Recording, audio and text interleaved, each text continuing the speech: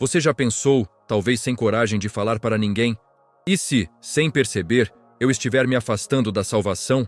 E se o meu coração não for mais o mesmo diante de Deus? Se essa pergunta já passou pela sua mente, mesmo que como um sussurro tímido, saiba que você não está sozinho. E que esse inquietar é na verdade um dom. Uma pequena luz que Deus acende para nos avisar que alguma coisa precisa de atenção. Pense em cenas que você conhece bem.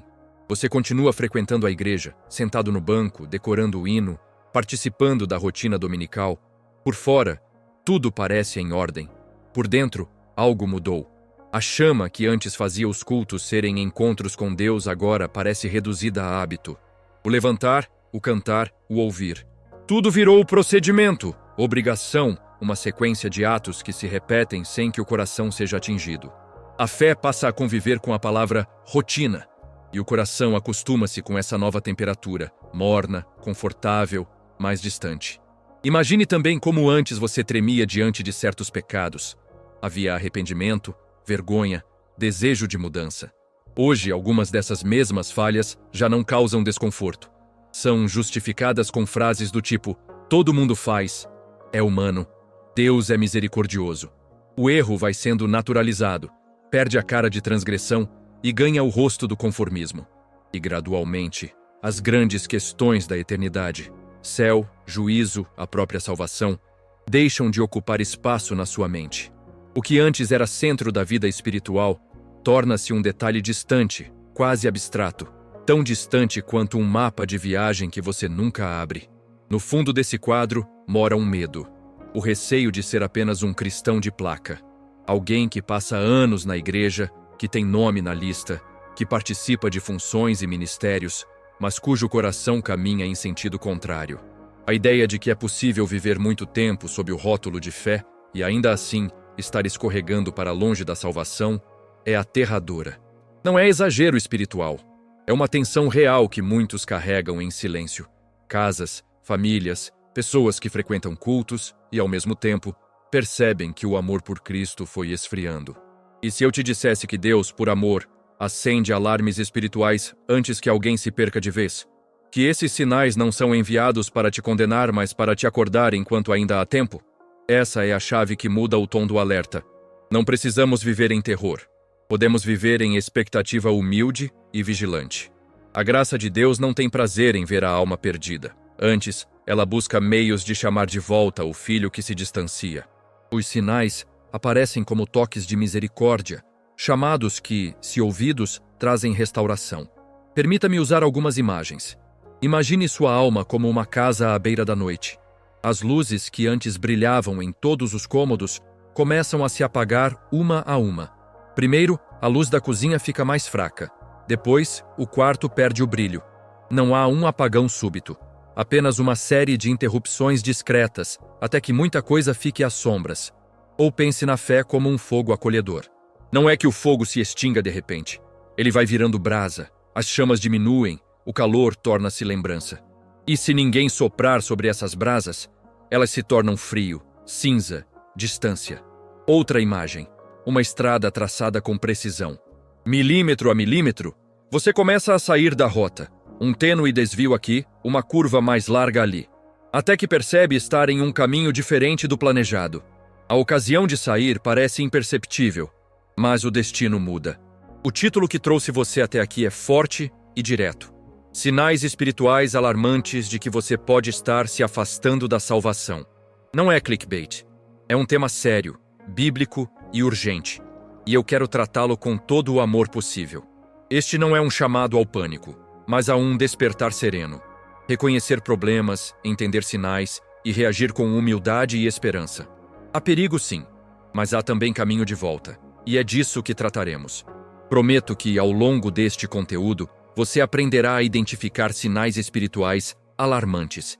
Manifestações sutis e claras de que alguém pode estar se afastando da salvação. E também saberá como responder a cada um deles para retornar ao caminho antes que seja tarde. Não vamos apenas apontar problemas. O objetivo é reacender a fé, orientar o arrependimento e oferecer passos práticos de retorno. Antes de continuarmos, quero te convidar a um gesto simples e poderoso. Escreva agora nos comentários a frase quero permanecer, e acrescente a cidade de onde você está assistindo. Fazer isso é como dizer diante de Deus: Senhor, eu não quero brincar com a minha salvação. Se algo estiver errado, me mostra e me traz de volta. Não é uma performance pública para impressionar. É um ato de humildade e comunidade. Lembre-se, há pessoas em muitas cidades vivendo exatamente esse conflito interno. Ainda na igreja, mas com medo de esfriar. Comentar é um sinal de comunhão. É dizer aos outros que também você está vigilante, que deseja ser ajudado, que não quer caminhar sozinho. Ao registrar sua intenção, você se junta a outros que escolhem a vigilância em vez do comodismo. Depois de escrever, respira fundo. Porque o primeiro sinal alarmante não aparece quando alguém some da igreja, mas muito antes, dentro do coração. A Bíblia não ignora a realidade do resfriamento espiritual. Pelo contrário, ela nos alerta com franqueza. Em Mateus 24, 12, 13, Jesus diz que, à medida que a iniquidade se multiplica, o amor de muitos esfriará. E ao mesmo tempo afirma que quem perseverar até o fim será salvo. Em Apocalipse 3, 15 e 16, Cristo fala com dureza sobre a mornidão. Prefiro que sejais frios ou quentes, porque o morno, nem quente nem frio, provoca repulsa. E em Hebreus 2:1, somos exortados a atentar para as coisas que ouvimos, para que não nos desvirtuemos por elas. Ou seja, o afastamento pode ser tão sutil que exige vigilância contínua. Esses textos nos dão o diagnóstico e a direção. Existe um perigo real, mas também um chamado claro para permanecer. Há, porém, um mistério saudável na doutrina da salvação. Não vamos reduzir isso a fórmulas fáceis ou a julgamentos rápidos. A Escritura afirma duas verdades que se equilibram. Por um lado, Deus é fiel para guardar os seus. A graça de Deus sustém, protege e persevera. Por outro lado, somos chamados a vigiar, a não endurecer o coração, a não nos acomodar no pecado. Deus sustenta, mas pede de nós atenção, arrependimento e um coração que responde. Essa tensão não é contradição. É diálogo de amor entre o Senhor que salva e o ser humano chamado a colaborar humildemente com a graça. Quando falamos de sinais espirituais alarmantes, não estamos proferindo má notícia para condenar. Antes, queremos ser mensageiros do amor que desperta. Alerta não é pânico, é cuidado. Como um médico que bate no peito do paciente e diz: acorde. A palavra quer nos acordar antes que a febre suba demais. Reconhecer sinais é um ato de misericórdia para consigo mesmo e para com os irmãos. Porque muitas vezes o desvio não aparece como queda dramática, mas como perdão de pequenas faltas que se acumulam até endurecerem o coração. Para ajudar a identificar esse processo gradual, aqui está um mapa prático dos sinais que veremos com mais profundidade. Eles estão interligados, um alimenta o outro. E percebidos cedo, são portas de volta. 1. Mornidão e indiferença espiritual crescente. É quando a fé perde prioridade no coração. A presença de Deus deixa de ser um desejo ardente e passa a ser apenas mais uma tarefa na agenda. A chama que antes aquecia já não queima com a mesma intensidade. 2. Abandono das práticas de fé e da palavra. Oração, leitura bíblica, jejum, comunhão, coisas que alimentam a alma, começam a ficar em segundo plano. O tempo que antes era dado a Deus é ocupado por distrações que empurram a alma para a secura. 3. Tolerância com o pecado e perda do temor de Deus. Pecados que antes feriam agora são vistos como normais. A consciência vai se acostumando e o temor reverente que protege do erro vai se esvaziando. 4. Troca de valores. Amar mais o mundo do que a Deus. O coração troca o eterno pelo passageiro. Aparência, sucesso, ganhos materiais e a aprovação alheia passam a comandar escolhas antes tomadas em obediência a Cristo. 5. Rejeição de correção, rebeldia e resistência à voz do Espírito. Em vez de acolher exortações e ajustes carinhosos, a pessoa reage à defensiva, evita confrontos ou ignora conselhos que poderiam devolver-lhe o caminho. 6. Rompimento com a comunhão e afastamento da igreja de forma indiferente. A presença no corpo de Cristo, que fortalece, passa a parecer dispensável. Abandonar reuniões, servir, pertencer, torna-se natural e sem dor. 7. Apatia diante da eternidade. O sinal mais grave. Quando falar de céu, juízo, salvação, já não provoca inquietação. A vida eterna perde urgência e sentido prático nas decisões diárias. Perceba a cadeia. A mornidão facilita o abandono das práticas. A falta de alimento espiritual cria insensibilidade ao pecado. A insensibilidade abre espaço para que coisas passageiras invistam o primeiro lugar no coração. E, se não houver resposta, a comunhão e a preocupação com a eternidade se esvaem. Não é uma sequência inevitável, mas é um caminho real que tem sido observado ao longo das gerações. A boa notícia é que quanto mais cedo identificarmos esses sinais, mais simples e eficazes serão as medidas de retorno. É como detectar uma doença no início. O tratamento tende a ser mais rápido, menos invasivo e com melhores prognósticos. Quanto mais tempo ignorarmos os pequenos sinais, só mais uma missa perdida, só mais uma semana sem oração, só mais uma desculpa, mais o coração se habitua a viver longe do fogo. E a habituação é uma das forças mais difíceis de desfazer. Por isso, a urgência não é para criar medo, mas para gerar ação. Pequenas reparações diárias, volta aos hábitos de fé, confissão sincera, reconciliação com irmãos e pedir ao Espírito que reacenda o afeto por Cristo. Lembre-se, esses sinais não são uma sentença, mas um aviso luminoso. Se há incômodo ao ouvir isso, ansiedade, lágrimas, desejo de mudança, acolha como prova de que Deus ainda fala. Aquele que está inquieto pelo próprio frio espiritual é justamente quem ainda pode ser aquecido. E se você hoje se sente seguro e desejoso de permanecer, viva essa confiança na prática. Vigie, alimente-se da palavra e não permita que pequenas dormências se transformem em morte lenta. Depois deste mapa, que vamos percorrer um por um, a pergunta que importa não é por que eu falhei, mas o que farei a partir daqui. O primeiro sinal alarmante é silencioso. Não começa com um grande pecado, mas com um coração que deixa de se importar. Existe um nome para esse estado: tibieza espiritual. Não é ódio a Deus, nem descrença declarada. É uma espécie de indiferença suave, quase imperceptível, que vai colocando o crente em modo automático. A fé continua no currículo da vida. Você ainda se diz cristão, ainda frequenta a igreja, mas ela deixou de ser aquilo que governa suas escolhas, seus afetos, seu tempo. A alma virou um cômodo onde as luzes foram sendo diminuídas. Ninguém apagou de uma vez, mas a claridade foi caindo até sobrar apenas uma brasa morna. Descrever esse sinal é olhar para pequenos detalhes que, somados, formam um quadro claro. Você não nega a presença de Deus, nem discute doutrina. No entanto, a vontade de estar com Ele diminuiu. Antes, a manhã começava com um encontro, leitura, oração, silêncio. E o dia recebia sua cor a partir dali. Agora, a manhã começa com notificações, compromisso, uma lista de afazeres. A Bíblia abre-se raramente. A oração se faz quase sempre por impulso, apressada, como quem risca uma tarefa do dia. O culto que antes tocava o coração parece excessivamente longo. A comunhão que trazia lágrima confessa-se agora como mais do mesmo. A ceia, os hinos, a pregação que antes provocavam conversão, passam como ruído de fundo, como um evento social qualquer. A tibieza é perigosa porque é confortável.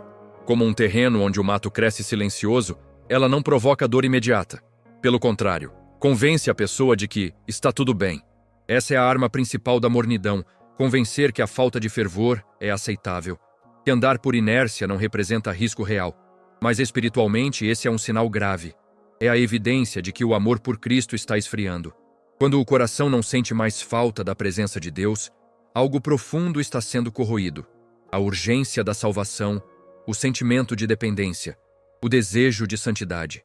Imagine um jardim que já foi cuidado com carinho. Havia rega constante, poda, atenção ao solo. Aos poucos, as regas deixam de ser diárias. A poda é substituída por desculpas. A terra seca aceita menos vida. O jardim fica aparentemente vivo por fora, mas perde vigor. Flores murcham, e quando se percebe, já é trabalho pesado recuperar o que foi negligenciado. Assim é a alma que experimenta a tibieza. Os sinais externos podem estar lá: participação formal, linguagem religiosa, enquanto o vigor interno desaparece. Os estudiosos da vida espiritual chamam essa condição de mediocridade da alma. Uma fé que não arde, um compromisso sem custo, um amor que não incomoda. Não é apenas tristeza ou cansaço ocasionais. É uma disposição vital que normaliza a superficialidade. E a gravidade disso é que abre espaço para outros desvios. Quem não cultiva o fogo espiritual facilmente aceita medidas de pecado, substituições de prioridade, relações mais com o mundo do que com o divino. A mornidão, portanto, não é um problema menor, é um alarme. Jesus mesmo adverte sobre a friagem do coração como algo sério. A Escritura não trata a tibieza como um fenômeno irrelevante. Ela chama a atenção ao arrependimento, à vigilância. Porque quando o amor por Deus esfria, o caminho que resta é de perda progressiva. E ninguém quer que isso seja o seu destino. Frases que ajudam a internalizar a urgência. O perigo da mornidão é que ela te convence de que está tudo bem, enquanto o amor vai se apagando aos poucos. E ainda, quando você para de sentir falta de Deus, é sinal de que algo muito profundo precisa ser reacendido. É como saber se você está nessa situação? Observe respostas simples. Você sente alegria ao falar com Deus? Sente fome pela palavra? Sente-se avivado após um momento de adoração? Ou sai indiferente? Essas reações do coração dizem mais do que qualquer discurso teológico. A ausência de saudade de Deus é mais preocupante do que a presença de problemas na sua vida, porque a saudade é combustível para busca, arrependimento e retorno. Sem ela, a alma fica imóvel. Não quero soar como quem anuncia uma sentença. A tônica aqui é pastoral. Identificar a mornidão é um gesto de amor. Perceber que a chama esmoreceu é a primeira condição para reacendê-la. Se você se reconhece nessas descrições, não trate isso como uma fase aleatória para ser ignorada. Encare como um sinal alarmante, um toque de atenção que Deus, em sua misericórdia, permite chegar até você, para que você não caminhe mais um passo sem se dar conta. Práticas concretas ajudam a responder a esse sinal. Recomeçar com pequenas disciplinas. 5 minutos de silêncio diário com a palavra. Uma oração simples antes de dormir. Restabelecer comunhão intencional com irmãos que estimulam a fé. Às vezes, o salto de volta não exige heroísmo, mas constância humilde. Outra forma de combater a tibieza é revisitar a história da própria conversão. Recordar o que Deus fez, quais foram os sentidos restaurados, quais promessas foram experimentadas. A gratidão reacende afetos. Também vale prestar atenção às desculpas. Estou cansado demais. Agora não é o momento. Vou me aproximar quando as coisas se acertarem. A tibieza planta justificativas antes mesmo do pecado. Desmascará-las é libertador. E se o coração já respondeu com resistência à ideia de mudança, saiba que isso também é parte do diagnóstico. A relutância em ser incomodado aponta para o enrijecimento que a mornidão gera. Lembre-se, a presença desse incômodo é, paradoxalmente, um sinal de esperança. Se alguma palavra deste momento tocou, se você ficou inquieto, então algo em você ainda arde. Deus não quer perder seus filhos. Ele chama, advertindo com amor. Portanto, ao reconhecer a mornidão, não feche o livro da esperança. Abra a porta do arrependimento e comece pequeno. A brasa não precisa ser apagada para se tornar fogo outra vez. Basta soprar com fé e disciplina. E quando a indiferença se instala, outro sinal vem junto. As práticas que alimentam a fé começam a ser abandonadas sem luta. A fé vive por meios de graça, pelos hábitos simples e regulares que nos colocam diante de Deus. Oração, leitura da palavra, participação na comunhão dos santos. Quando esses pilares começam a ser deixados de lado, a alma não desaba de repente. Ela vai emagrecendo por falta de alimento. É como uma planta que, pouco a pouco, fica sem água. Nas primeiras semanas, parece que está tudo bem. As folhas não murcham de imediato, mas internamente a seiva enfraquece. O abandono das práticas de fé é esse processo silencioso que desidrata a vida espiritual. Observe com carinho, quando alguém começa a passar dias ou semanas sem orar de verdade, não é apenas um período ocupado, é um sintoma. A oração deixa de ser conversa íntima e passa a ser um item da lista que, quando sobra tempo, talvez eu faça. Quando ora, a pessoa fala rápido, com distrações, sem entrar na presença. A Bíblia vira um objeto decorativo na mesa ou um arquivo esquecido no celular.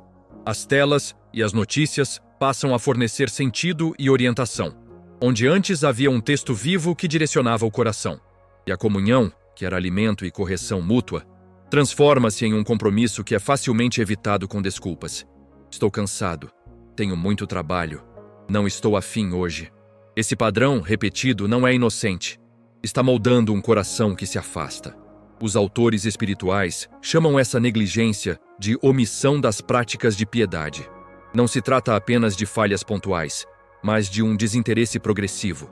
A tibieza começa por aqui, não como um incêndio brusco, mas como uma brasa que vai esfriando por falta de sopro. A alma que deixa de buscar a presença de Deus perde sensibilidade. Aquilo que antes tocava profundamente passa a ser rotineiro ou chato. E o perigo é justamente esse conforto aparente. A falta de conflito interior convence você de que está tudo bem, enquanto a fonte da vida vai se tornando mais distante. Espiritualmente, abandonar esses hábitos é como desligar o oxigênio dentro de um quarto. Você pode até respirar por algum tempo, mas a cada minuto que o suprimento falta, seu raciocínio e suas forças diminuem. A oração reinicia a nossa respiração com Deus. A palavra reconstrói nosso pensamento. A comunhão nos lembra quem somos e para quem caminhamos. Sem esses elementos, decisões, valores e até o senso do pecado começam a ser remodelados por outras influências. A mídia, a opinião pública, a busca por conforto imediato. A alma fica vulnerável e mais sujeita a justificativas que a afastam ainda mais do caminho da salvação. Permita-me ser claro e amoroso. Ninguém perde a salvação de um dia para o outro. Primeiro, perde o hábito de estar com o Salvador. Essa perda de hábito é traiçoeira porque reduz o campo de visão. Quando você deixa de se alimentar da palavra, qualquer ideia que se apresente como prática ou moderna pode parecer aceitável. Até doutrinas que minimizam o arrependimento ou relativizam o pecado. A disciplina espiritual não é legalismo, é hospitalidade para o Espírito Santo ficar conosco. Abandonar essas rotinas é fechar a porta para o apelo divino de cada dia. Exemplos concretos ajudam a ver onde isso se instala. Você costumava começar o dia lendo um trecho da Escritura e orando por suas pessoas. Agora abre o celular e navega por notícias antes mesmo de pensar em Deus. À noite, o exame de consciência era um hábito. Hoje, você dorme com a janela do entretenimento aberta. Aos domingos, a falta que você sentia quando perdia a reunião da igreja não existe mais. A ausência virou opção. Você já não pergunta o que Deus diria antes de decidir gastar tempo, dinheiro ou palavras. Se essas cenas soam familiares, trate-as como sinais de alerta, não como coincidências. Mas há esperança prática. Hábitos podem ser restaurados. Pequenos passos, consistentes, reacendem a chama. Comece simples. 5 minutos de leitura bíblica pela manhã, um momento breve de oração antes das refeições, retornar a uma reunião semanal com propósito, pedir a um irmão que cuide de sua responsabilidade espiritual. Não subestime o poder das pequenas fidelidades. A disciplina não é sobre desempenho perfeito, mas sobre colocar a alma na direção certa, permitindo que a graça se torne presente novamente. Se sentir vergonha ou culpa, não se detenha aí. A vergonha sem mudança pode paralisar. Traga essas falhas ao Senhor com honestidade. Confesse que você deixou de buscar, reconheça a frieza, peça ao Espírito que reponha o desejo. E peça ajuda. Comunhão significa também caminhar em companhia, admitir que precisamos uns dos outros. Permita que alguém te acompanhe, um mentor, um líder, um grupo de discipulado, e combine passos concretos para retomar hábitos espirituais. A responsabilidade mútua é uma das maneiras mais eficazes de continuar no caminho. Por fim, encare esse sinal como um alarme bondoso. Deus usa a consciência, os incômodos, o vazio que sentimos quando negligenciamos o que nos alimenta para nos puxar de volta. Se a oração, a palavra e a comunhão se tornaram pesos para você, veja isso como um chamado urgente. Não espere que o problema se resolva sozinho. Volte ao banquete, mesmo que com passos tímidos. Volte a abrir a Bíblia, mesmo que por pouco tempo. Volte a pedir perdão e a se colocar em meio ao povo de Deus. Quando nos reabastecemos, a chama reacende, e, com ela, a capacidade de reconhecer o próximo sinal, antes que o pecado passe a parecer aceitável. Há um momento sutil em que a alma começa a atrair a sua própria história com Deus. Não é uma queda estrondosa, é uma acomodação. O conceito que precisamos nomear com cuidado é este: relativizar o pecado, tornar leve aquilo que Deus chamou de mal, perder o temor santo que nos mantém em reverência diante do Senhor. Não é uma desconexão repentina da fé, é uma mudança de sensibilidade. Aquilo que antes fazia doer, agora passa a ser um detalhe, um defeito humano, um exagero, e assim, o coração vai arredondando os cantos afiados da convicção. Imagine uma parede cheia de pequenas rachaduras. Sozinhas, elas parecem insignificantes. Juntas, comprometem a estrutura. Assim funciona a tolerância com o pecado. Uma mentira aqui, uma desculpa ali, uma mágoa alimentada, um desejo permitido só desta vez. E a consciência, que era como alarme, vai perdendo o volume. Pecados que antes traziam lágrimas de arrependimento e desejo de mudança, agora são classificados como falhas normais. Coisa de todo mundo. Deus entende. Há uma anestesia da alma. O que era pesado demais para ser suportado antes, passa a caber no bolso. O que motivava a confissão, torna-se assunto privado e sem consequência.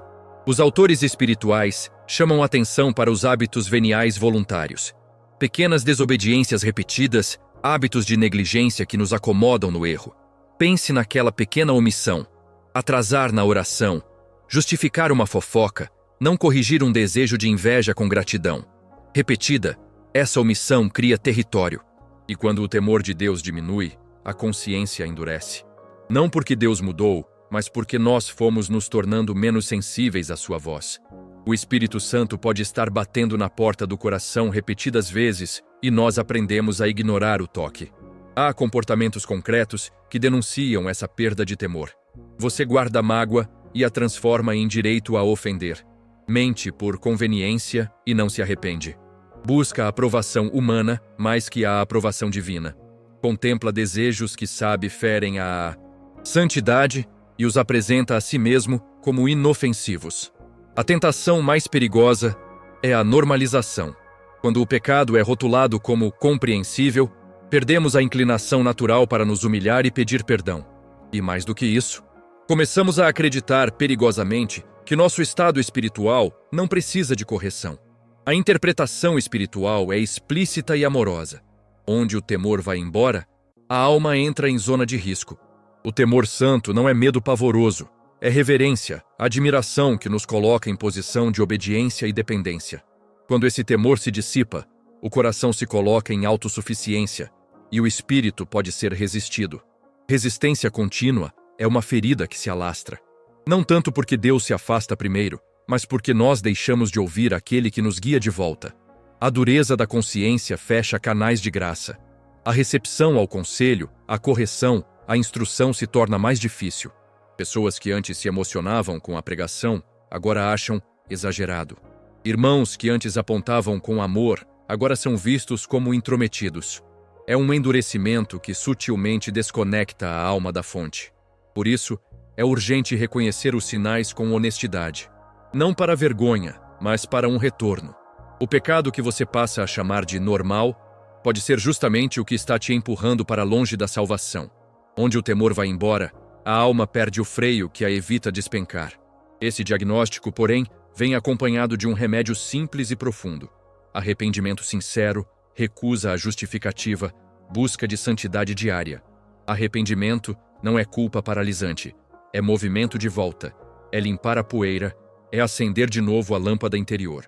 Práticas concretas ajudam a recuperar a sensibilidade, recuperar a disciplina da confissão, seja a Deus em oração, seja a um irmão de confiança, para trazer à luz o que estava se escondendo nas sombras, retomar a leitura da Escritura com olhos de humildade, não só por informação, mas para que a palavra seja espelho e faca, renovar a vida de oração, pedindo ao Espírito para restaurar o temor santo, não um medo que paralisa, mas uma reverência que conduz ao amor.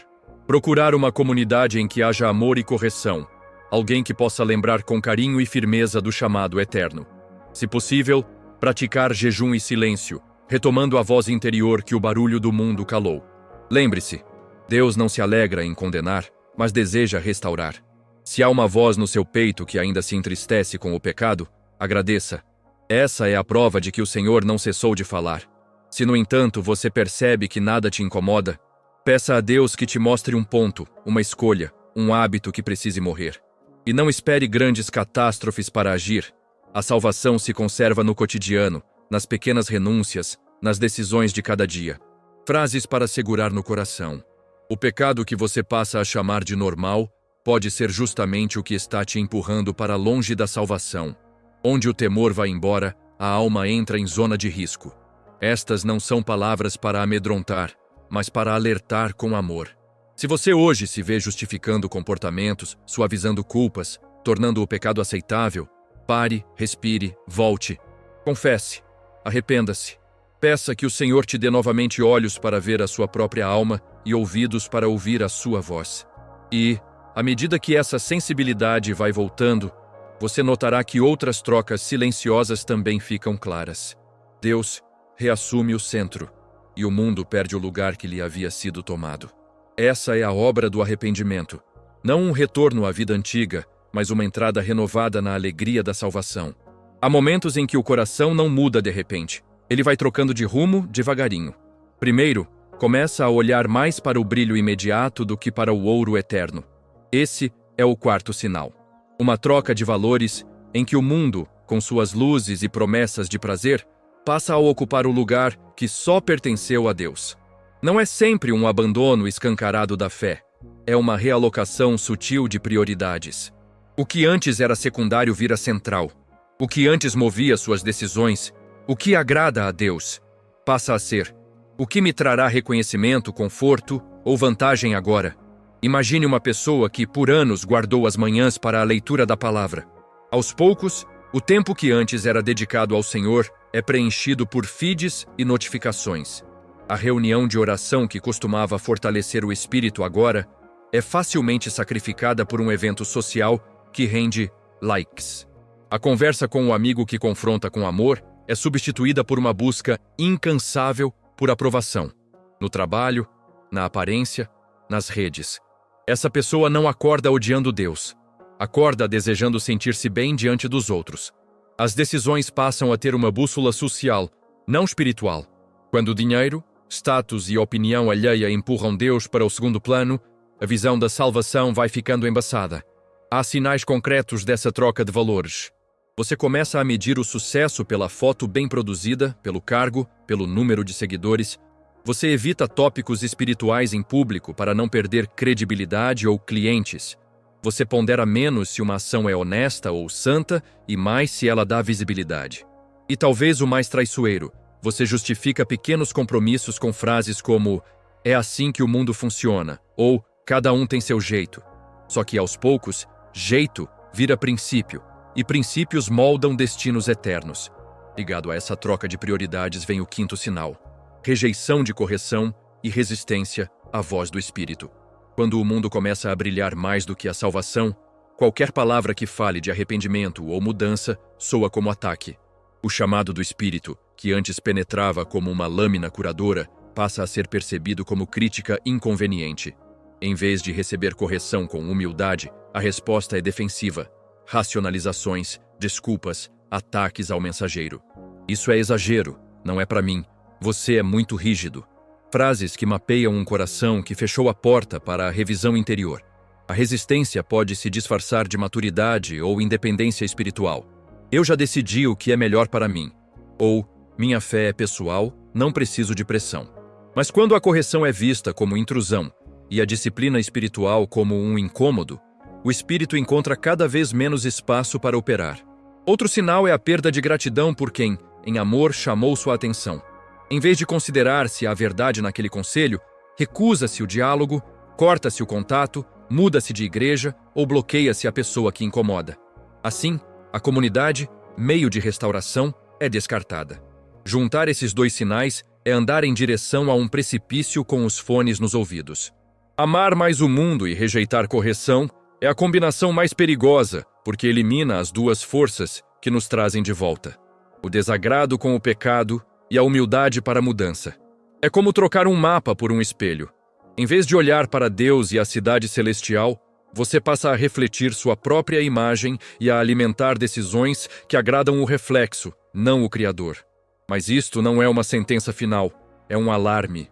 Quando você reconhece que começou a priorizar ganhos terrenos sobre a comunhão com Deus, pare. Quando percebe que reage mal à correção em vez de questionar com humildade, tome isso como um chamado urgente. Práticas simples e concretas ajudam a cortar essa espiral. Reinstitua espaços de silêncio e leitura bíblica na sua rotina. Escolha um amigo espiritual capaz de falar a verdade em amor e peça que ele lhe ajude a prestar contas. Desconecte-se de hábitos que alimentam a busca por aprovação. Teste um jejum de redes sociais por uma semana.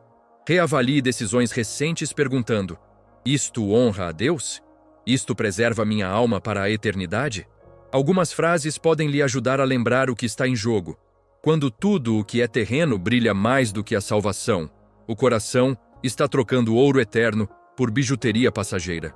E quando a tentação de fechar-se à correção vier, repita: a maior tragédia não é cair, é recusar a mão que tenta me levantar. Reconhecer a própria cegueira é o primeiro passo para permitir que Deus torne visível o caminho de volta. A aplicação prática é amorosa. Procure alguém maduro para ouvir sobre suas escolhas recentes. Peça oração especificamente para que o Senhor revele onde você tem buscado calor humano em vez de calor divino. Confesse, com humildade, os momentos em que escolheu ser visto em vez de ser fiel. Lembre-se de que corrigir-se não é abandonar a alegria, mas reencontrá-la. Reorientar valores não significa perder os dons da vida, mas colocá-los em sua justa proporção. Meios, não fins. Interpretação espiritual final. Deus não se entristece para castigar, mas chama para restaurar.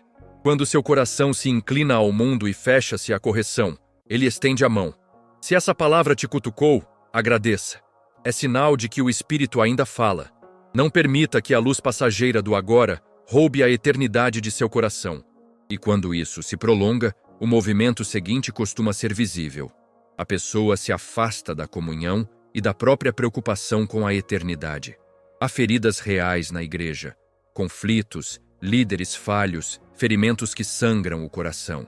Essas feridas podem, com razão, afastar alguém por um tempo. Mas existe um afastamento muito diferente. Um distanciamento frio, sem saudade, sem remorso, sem desejo de cura. Quando a ausência da comunhão se instala como algo natural e sem falta, isso é sinal de alerta para a alma.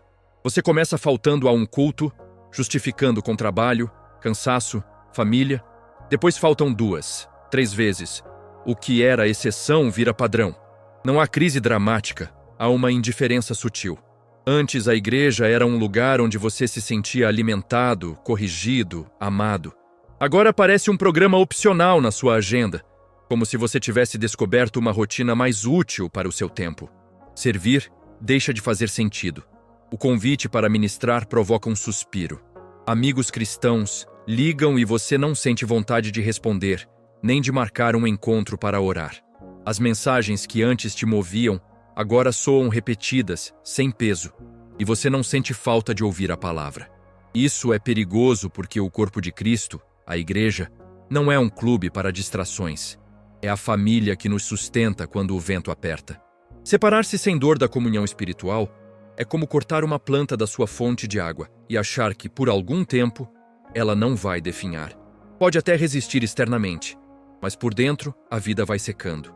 A pessoa perde o senso de pertencimento, a empatia pelos irmãos e a oportunidade diária de ser exercitada na fé, na humildade e no serviço. Exemplos concretos ajudam a ver a gravidade. Alguém que costumava participar de pequenos grupos, discipulados ou células, e agora cancela sempre dizendo, vou no próximo, e o próximo nunca chega. Outra pessoa que deixou de visitar enfermos, de orar pelos líderes, de participar de uma equipe de louvor, e quando questionada, responde com frieza, não estou no meu melhor momento. O momento se prolonga até tornar-se uma nova identidade. Não sou mais pessoa de igreja. A ausência já não é remorso, é escolha passiva. E quando a pessoa finalmente retorna, o encontro não gera alegria espontânea. É mais um compromisso cumprido. Esse afastamento está, quase sempre, ligado a outros sinais que vimos. Mornidão interior, tolerância com o pecado, troca de prioridades. Mas aqui o aspecto social e comunitário se torna evidente. A comunhão era fonte de encorajamento e vigilância mútua. Quando isso some, os mecanismos de cuidado espiritual também somem. Ainda pior que o afastamento da comunhão é a apatia diante da eternidade. Esse é o ponto em que a voz interior fica anestesiada e as grandes verdades deixam de produzir inquietação. O juízo, a graça, o amor que salva, a necessidade de arrependimento, tudo passa a ser abstração distante. Falar em céu e inferno não desperta medo nem fervor. Falar em conversão soa como discurso antiquado. A pessoa começa a viver como se a vida fosse uma linha reta sem fim e sem porteira. Como se nunca fosse dar conta diante de Deus. Sintomas práticos. Você já não se preocupa em reconciliar-se, porque amanhã resolve. Não tem urgência em confessar um pecado. A ideia de passar a vida inteiramente para Deus parece cansativa, não transcendente. Conversas sobre eternidade são mudas. Você muda de assunto, ri, racionaliza, planeja a vida como se o amanhã fosse garantido, como se não prestasse contas. A blasfêmia maior aqui não é negar com os lábios, mas viver como se a eternidade não existisse. Use a imagem do marinheiro que ignora o farol. O farol pisca avisos, mas ele acha que sabe o caminho. Segue navegando até se perder na neblina. Ou pense da alma como brasas cobertas por cinza, já não queimam, não iluminam. O fogo foi sufocado por indiferença. O mais cruel nessa situação é que a pessoa muitas vezes não sente que precisa ser salva. Ou melhor, acha que não precisa ser salva urgentemente. No entanto, há um remanso de esperança. O fato de você ouvir esta mensagem e de alguma coisa nela incomodar já é sinal de que o espírito ainda sopra. Quando alguém está completamente anestesiado, nada mexe, mas se algo te tocou, agradeça. Esse incômodo é um vestígio de vida espiritual. Deus não para de chamar. O que fazer então se você se reconheceu nessas descrições? Primeiro, não se condene em silêncio. A autocensura que paralisa é inimiga do arrependimento. Admita diante de Deus: tenho me afastado e não sinto falta como deveria. Perdoe-me. Abra o coração a um irmão maduro, a um pastor ou líder em quem confia. Alguém que possa orar contigo, checar progresso e oferecer acompanhamento. Comunhão recuperada não é impossível. Comece pequeno. Marque um culto esta semana. Entre num grupo de oração online se for necessário. Envie uma mensagem para alguém da igreja dizendo que sente falta. Atos pequenos, repetidos, reacendem carinho. Pratique exercícios espirituais simples. Reserve 10 minutos diários de silêncio para ouvir a Deus. Leia um salmo por dia buscando honestidade. Escreva uma carta de confissão e, se possível, entregue-a a alguém que te ama em Cristo. Voltar ao serviço, mesmo que com timidez, costuma gerar surpresa. Servir cura o ego e reacende o interesse pela família espiritual. Quanto à apatia diante da eternidade, peça ao Espírito Santo que te dê sensibilidade, não como medo punitivo, mas como uma reverência que transforma a vida. Leia com calma textos bíblicos que lembram da eternidade e do amor de Cristo. Permita-se chorar, se isso vier. Busque histórias de conversão que reacendem a esperança. Faça uma lista das prioridades da sua vida e pergunte: isto me leva para o céu ou me afasta dele? Tome um passo concreto esta semana. Procurar aconselhamento pastoral, reconciliar-se com alguém, admitir um pecado e desfechar o ciclo do segredo. Lembre-se, a comunhão é antídoto para a tibieza e a urgência da eternidade é chama que reorienta escolhas. Se este aviso tocou você, não o descarte. Use-o como um sino que despertou você de um sono perigoso. Voltar não é vergonha, é sabedoria. E se você já começou a dar passos pequenos, celebre. Cada gesto de retorno é um ato de resistência contra o esfriamento da alma. Agora que você viu esses sinais, a pergunta não é: o que eu fiz? Mas: o que eu vou fazer a partir daqui? Se você ficou comigo até aqui, quero começar agradecendo ao seu coração. Não foi por acaso que você continuou ouvindo. O simples fato de não ter virado a página já diz muito. Há pessoas que preferem não olhar para o espelho da alma. Você olhou. E isso, por si só, é um sinal de que sua alma ainda não está anestesiada. Você poderia ter ignorado este tema, pensado: não é comigo, e seguir. Ao contrário, você escolheu encarar a realidade espiritual. Isso mostra sensibilidade, humildade e, acima de tudo, que Deus ainda está te chamando. Receba isso como um convite amoroso. Enquanto há incômodo, há esperança. Vamos recapitular com carinho e clareza os sinais que conversamos, para que fiquem gravados como um mapa que nos ajuda a voltar a rumo certo. Primeiro, a mornidão e a indiferença espiritual. Lembra daquela chama que fazia você tremer ao ouvir falar do amor de Cristo? Quando o amor por Deus esfria, as coisas sagradas passam a ser mais do mesmo. É como morar numa casa cujas janelas já não são abertas. A luz entra, mas a alma fica abafada. Se você percebe que já não sente falta da presença de Deus como antes, trate isso como um sinal sério, não como uma fase. Segundo, o abandono das práticas que alimentam a fé, oração, palavra e comunhão. A fé não é uma chama autossustentável, precisa ser alimentada. Quando a Bíblia fica fechada no criado mudo, quando as orações se tornam apressadas ou mecânicas, quando faltar à igreja vira rotina e você não sente peso por isso, a alma fica vulnerável. Pense em um corpo que deixa de se alimentar bem.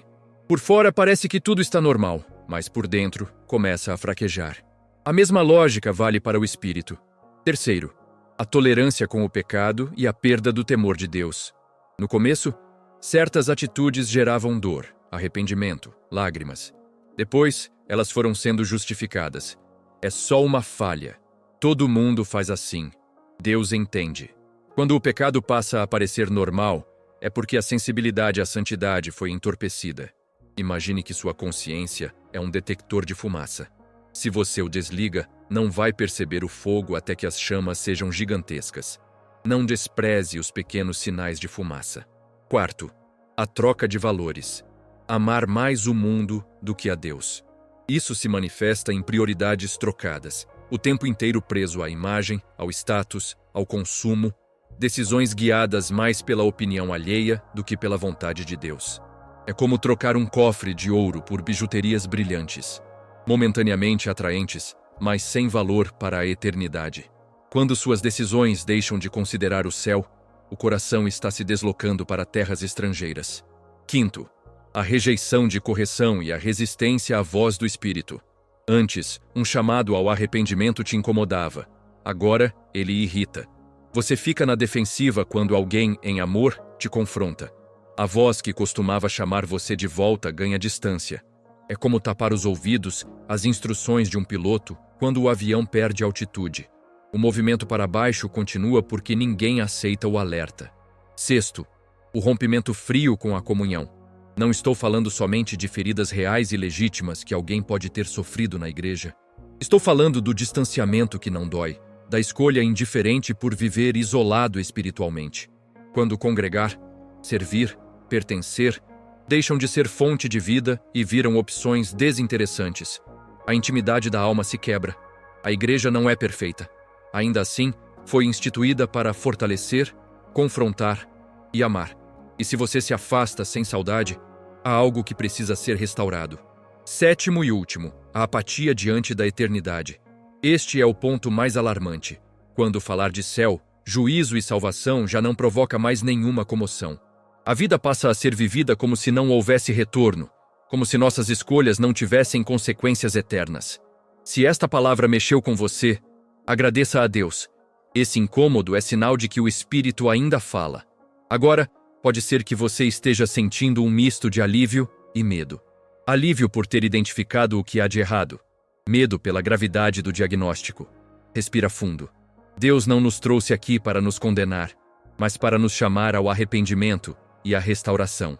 Ele é o pastor que vai atrás da ovelha perdida, a mão que estende antes que caiamos. Os sinais foram mostrados para serem pontos de retorno, não a sentença final. Se você se vê em algum desses itens, saiba, essa é a boa notícia. Ainda há tempo e meios de voltar. Quero te convidar a um momento de entrega. Uma oração simples e sincera que pode ser repetida no seu coração agora ou posteriormente. Não é uma fórmula mágica. É uma atitude de rendição que abre espaço para a graça transformar. Você pode dizer com fé: Senhor Jesus, reconheço minha mornidão, minha omissão nas práticas de fé, minha tolerância com o pecado e as trocas de valor que me afastaram de Ti. Peço perdão por ter endurecido o coração e por ter rejeitado correção. Venho me arrepender e consagrar minha vida novamente. Sopra, Pai, fogo sobre as brasas do meu coração. Reacende o amor, devolve o temor que leva à santidade. Dá-me gosto pela Tua palavra, sede de oração e saudade da comunhão. Ajuda-me a abandonar o que me afasta e a buscar aquilo que me aproxima de Ti. Guarda-me até o fim. Amém. Se isso tocou você, escreva agora nos comentários a declaração: voltarei ao caminho da salvação. Não é apenas uma frase, é um pacto simples entre você e Deus, um sinal público de que você escolheu não se acomodar. Essa atitude cria uma pequena aliança. Você confessa e a comunidade ora e caminha contigo. Ao postar, você está dizendo: não quero mais ser anestesiado, quero vigiar e permanecer. É um ato de coragem que também pode inspirar outros. Para ajudar nesse retorno, proponho passos práticos e concretos. Pequenas ações que ajudam uma alma a reacender. Escolha 1 ou 2 e comprometa-se por 1 mês. Reserve um tempo diário de 10, 20 minutos para oração e leitura bíblica, desligando notificações e criando um espaço de silêncio. Comece com um texto curto e pergunte ao Senhor o que Ele quer te dizer. Reconecte-se com a igreja. Volte a um pequeno grupo. Peça para participar de um ministério simples. Ou peça que alguém te acompanhe nas reuniões. Confesse a um irmão, mãe, de confiança, o que tem visto na sua vida e peça oração e prestação de contas. Identifique hábitos e mídias que te puxam para longe de Deus e determine limites práticos.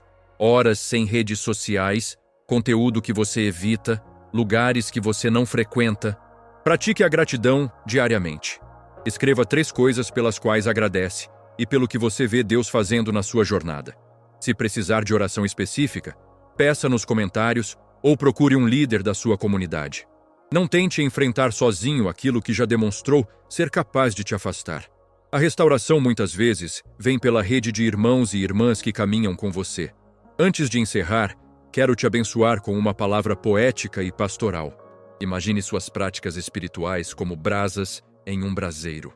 Algumas ainda brilham, outras parecem só resto de carvão. O Senhor, que é o sopro da vida, pode soprar sobre essas brasas quase apagadas e transformá-las em fogo vivo. Que Ele rompa a tibieza, cure o coração cansado, devolva a sensibilidade perdida e reacenda o amor por Jesus. Que cada sinal de afastamento que você reconheceu hoje se torne um ponto de retorno, um marco onde Deus te encontrou e te levou de volta ao caminho. Que a salvação deixe de ser apenas uma doutrina e se torne uma alegria presente, diária, que inunda suas decisões, seus sonhos e seu descanso. Quando olhar para trás, eu oro para que você diga: naquele dia, eu ouvi o alerta, me voltei e Deus me alcançou. Que a paz que excede todo entendimento guarde o seu coração e a sua mente em Cristo Jesus. Que a perseverança seja o fruto visível do seu trabalho em você. E que dia após dia, a sua vida encontre novamente o pulso vivo da fé. Se este vídeo foi útil, se essa palavra te tocou, inscreva-se neste canal para receber outras mensagens que ajudam a vigiar e permanecer. Curta, compartilhe com alguém que precisa ouvir este alerta de amor e deixe nos comentários o seu compromisso. Voltarei ao caminho da salvação. E agora, pare por alguns momentos em silêncio diante de Deus. Peça ao Espírito Santo que mostre um passo concreto que você pode dar hoje. Um gesto pequeno que sinalize um grande retorno. Vai com fé. Deus está te chamando e Ele é fiel para completar a obra que começou em você.